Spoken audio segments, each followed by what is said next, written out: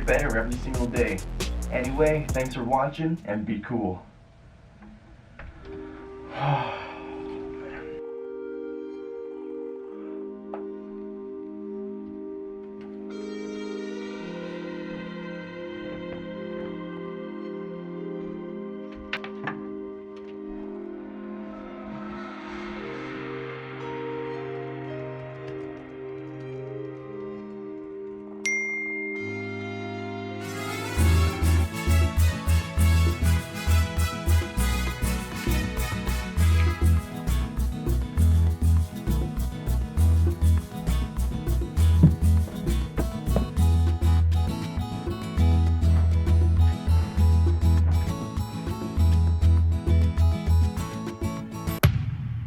A day off of photography?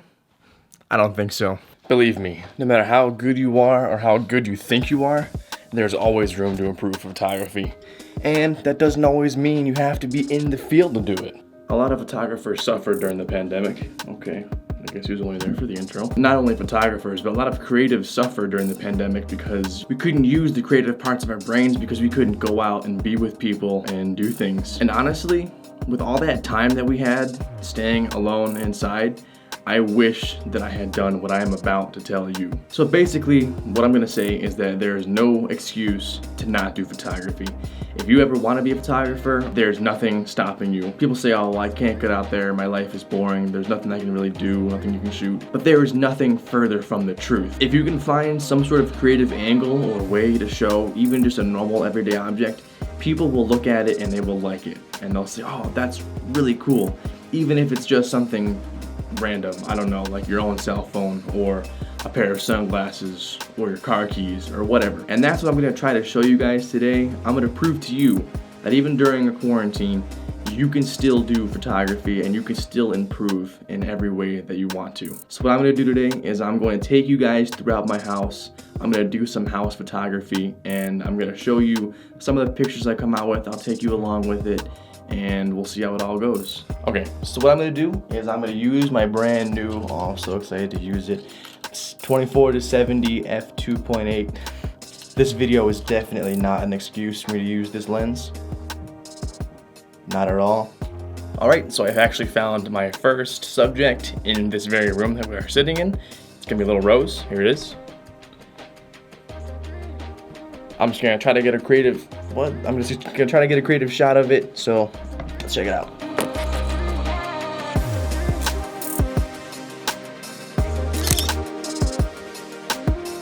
All right, the next shot we're gonna get is what I like to call a Kayla shot. It's gonna be of this wall right here behind me. And I like to call it that because a lot of her photography is really cool, the aesthetic is nice. It's basically like a really flat surface with elements flat along an axis, I don't know. But yeah, it's a cool aesthetic. I'll show you, you'll know what I'm talking about after I take the picture. So let's do it.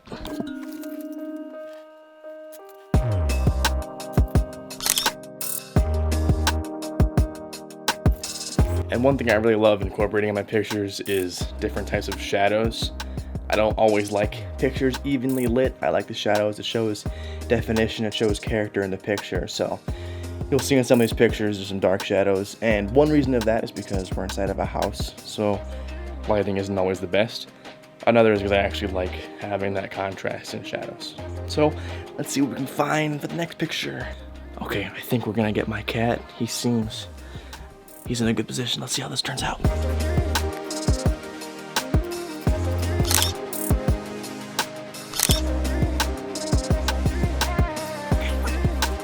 Yeah, he's a natural model.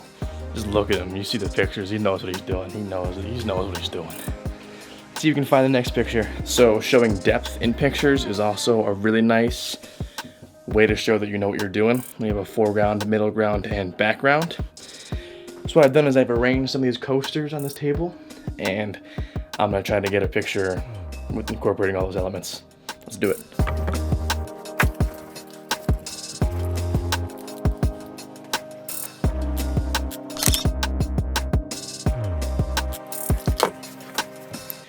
All right, coasters, not the best subject. They're very flat.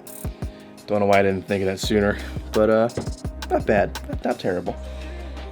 see what else we can find. Okay, so I have this Dr. Pepper can that's not actually, it's like a fake can that you can store valuables in. What I'm gonna do is I'm gonna put it on a table with some backlight, and we'll see how that depth of field picture comes out.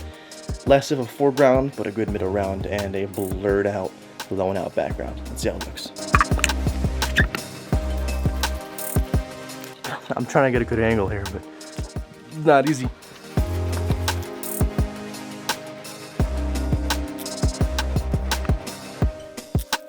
And you know what? When you're at home, as I mentioned before, the light always isn't the best. So you cannot be afraid to use your own lighting, like a flashlight on your phone or any other kind of light. So I'm gonna go get my phone, use the flash, because this is too dark. It's kind of cool, the dark aesthetic, but I don't want this picture dark.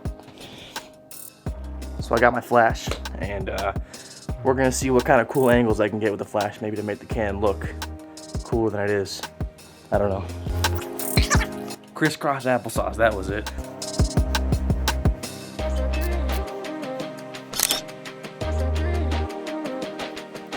So I'm actually gonna try to get lower. So the cool thing about these cameras is they have flip up LCD screens.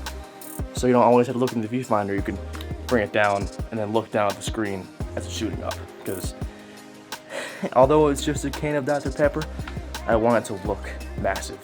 I'll explain that in a second.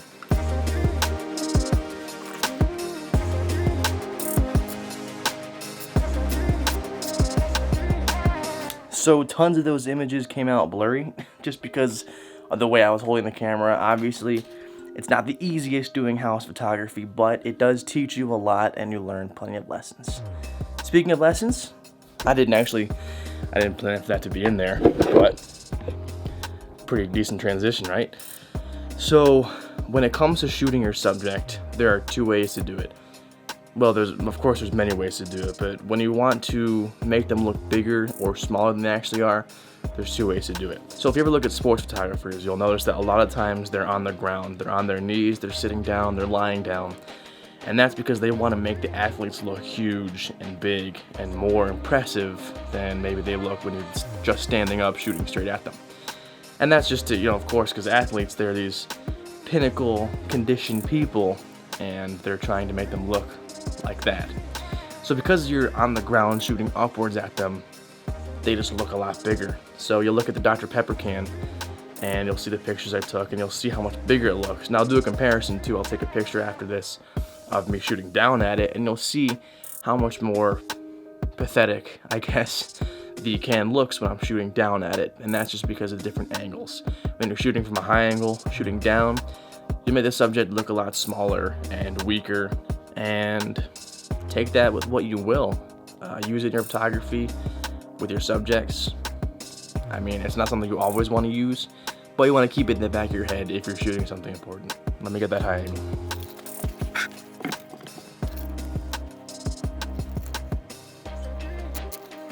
So yeah, I mean, you can see they're not the best pictures, of course. That's because I'm not like putting all my effort into this. But you can see the clear difference in the two. All right, let's take maybe one or two more pictures and then we'll wrap things up because I have things to do. Little fun fact, the skit in the beginning said that I had today off, but really I do not have today off, so let's wrap things up. So for those of you that don't know, I'm actually an artist, and not of the visual kind. I write music. So here in my little studio, see, I'm holding the light with my hand. I have my microphone where I record my songs. This is a different studio than the studio. This is what's called the pad. I'm gonna give a house tour in a little bit, so you'll kind of get more context of what this is all about. But I'm gonna take some cool pictures of the microphone, because why not? And for this one, because the lighting in here is atrocious, I'm gonna use a built-in flash on the camera. That's better. I'm gonna use a built-in flash on the camera just so I can get some decent lighting in there. Let's do it.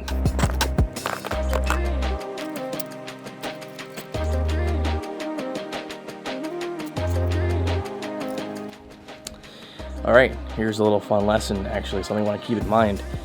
The reason why most photographers have their own separate flashes is because of how high they go, and they go up and over. The built-in flash in this camera doesn't shoot over this lens.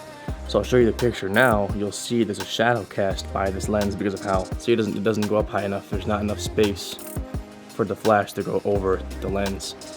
That's something you want to keep in mind when you're doing your photography. You don't ever want to go into it not having your own flash, because your pictures will probably get ruined if you have a bigger lens like this. So I'm actually going to cut the recording because I need to use this light for this picture. So just give me a second.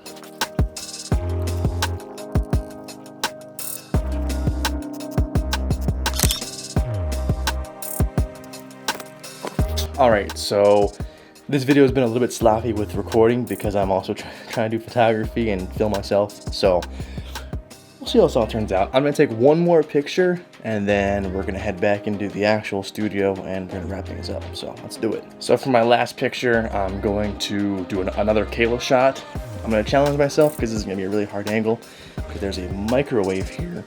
But I'm going to shoot the fridge behind me, which has a lot of memorabilia from my mother since she moved down to North Carolina. So I'm just gonna get a nice picture of it and we'll see how it turns out. So let's do that.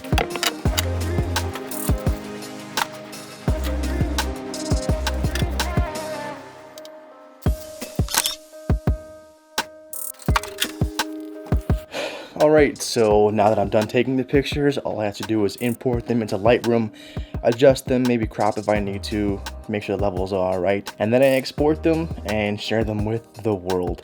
Alright, now that my house is kind of a mess from me throwing things around, making this video real fast, I'm gonna go back and clean everything up before I go head out and do my photography gig for today. I hope you enjoyed today's episode. I hope it inspired you and showed you that even though you're at home, you can still take creative pictures as long as you find creative ways, creative angles, good depth of field, whatever you want. You can take pictures of anything, as I said, and people will look at them and they'll be impressed if they're good.